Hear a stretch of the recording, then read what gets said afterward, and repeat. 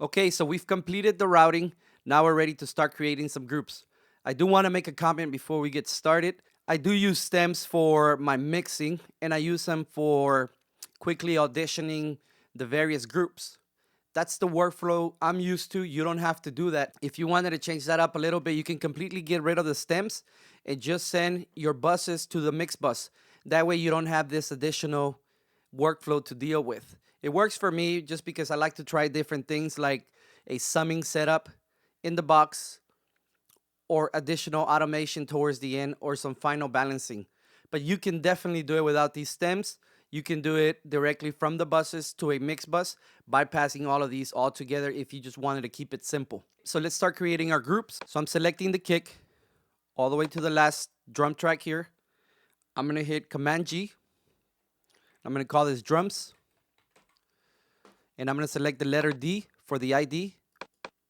And the reason why I do that, it's because by typing the letter D, my group is engaged or disengaged. There's a couple of ways you can do that. Hit OK. Now your group works together. Solos, mute. You can also use VCAs, and I'll explain later why I don't like to use VCAs. Personally, you can use them. It's okay. Okay, so my drums are routed to my drum bus. I have a drum group, and I'm gonna do my bass group.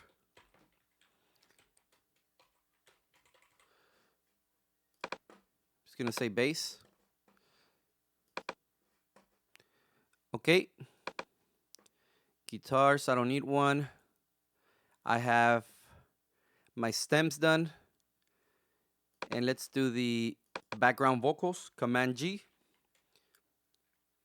BGVs. And I've already taken the B for the bass, so I'm gonna use let's use Z. Okay, so the tracks are now grouped. If you notice here on the left, when the group is engaged or active or activated, it is highlighted gray. So if you unclick or deselect, you're engaging it there. If I use the shortcut Shift Command G, it disengages all of the groups. I do this throughout my mix to allow me to work on the individual tracks, or I can also use other shortcuts to quickly bypass or disengage a track from an active group. Again, Shift Command G makes the groups active. And of course, you have the all group. If you want to make changes to your groups, you can just double click here. And the modify groups window will come up. If you shift click, it highlights the groups for you. See how it highlighted the drums? It would be nice to have a shortcut to do that without the group so that I could select all my entire group. But that's all right. Let's see what happens there. Okay. Okay, so to engage your groups, for example, I want to activate the drum group. I just type the letter D. There you go, and it's active. I want to select them all. Shift click. Deselect them, shift click. Disengage D, or click there.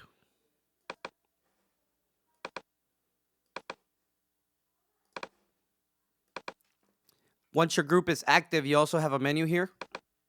And you could say select tracks and group, hide tracks and group, or show only tracks and group. So that's pretty much what we need to do for grouping. Now, to help me in the mix process, I want to try a couple of things.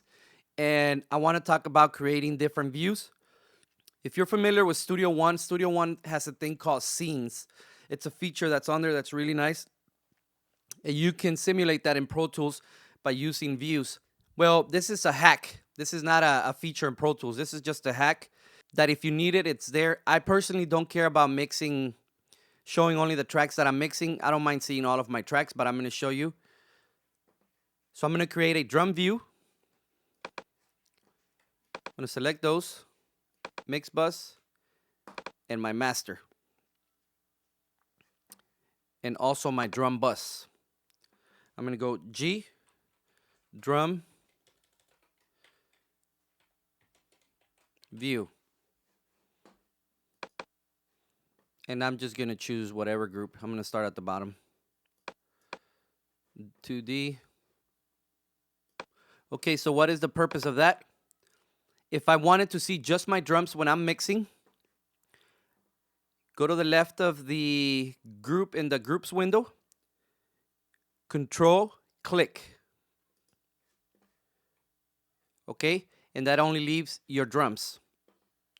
You want to go back to your full mix like we had it before. Control, click on the all group, and it brings everything back. Again, control, click, and it puts your drums there. Now you can mix just your drums. And this is good for both the edit and the mix window. Want to bring them all back in. Now I'm going to create a bass view, which I really don't need.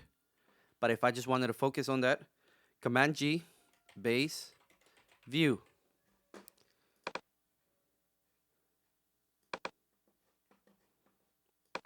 The only problem with that is you got to do it in sequential order. Do your groups first, or else this stays, I don't know how to move it.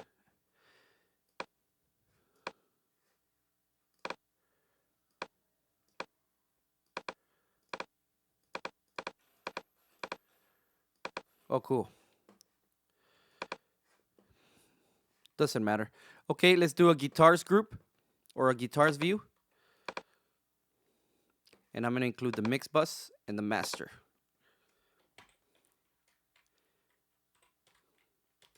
Guitar view.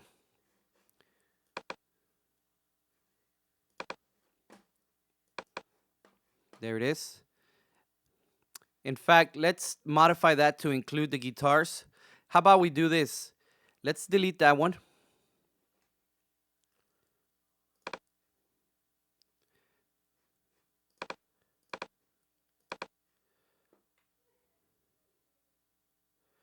Delete.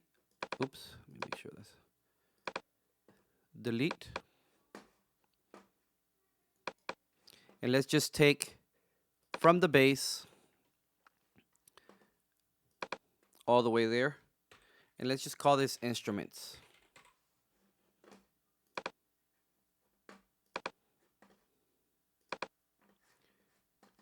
All right. Lastly, let's get a mix bus. And I'm holding control while I'm selecting the lead vocal, the BGVs. And we're going to call this view vocal view.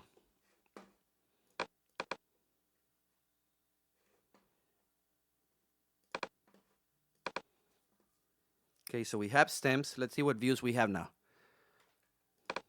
Okay, so actually I just found out, or I just realized that you don't have to click on the left of it.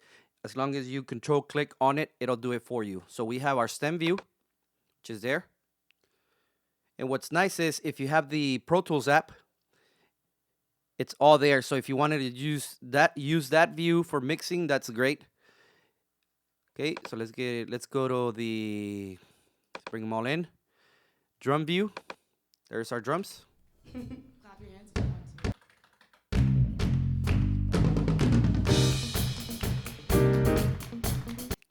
Okay. Bass view. There's our bass. And we're going to delete this one because we did an instruments group. Okay. There's our instruments.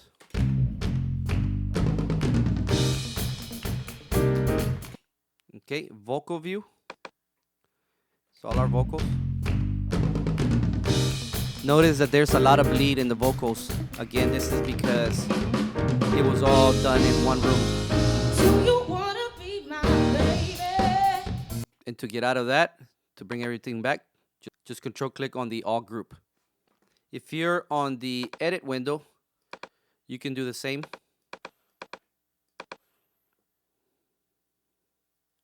All right, that's great for the views.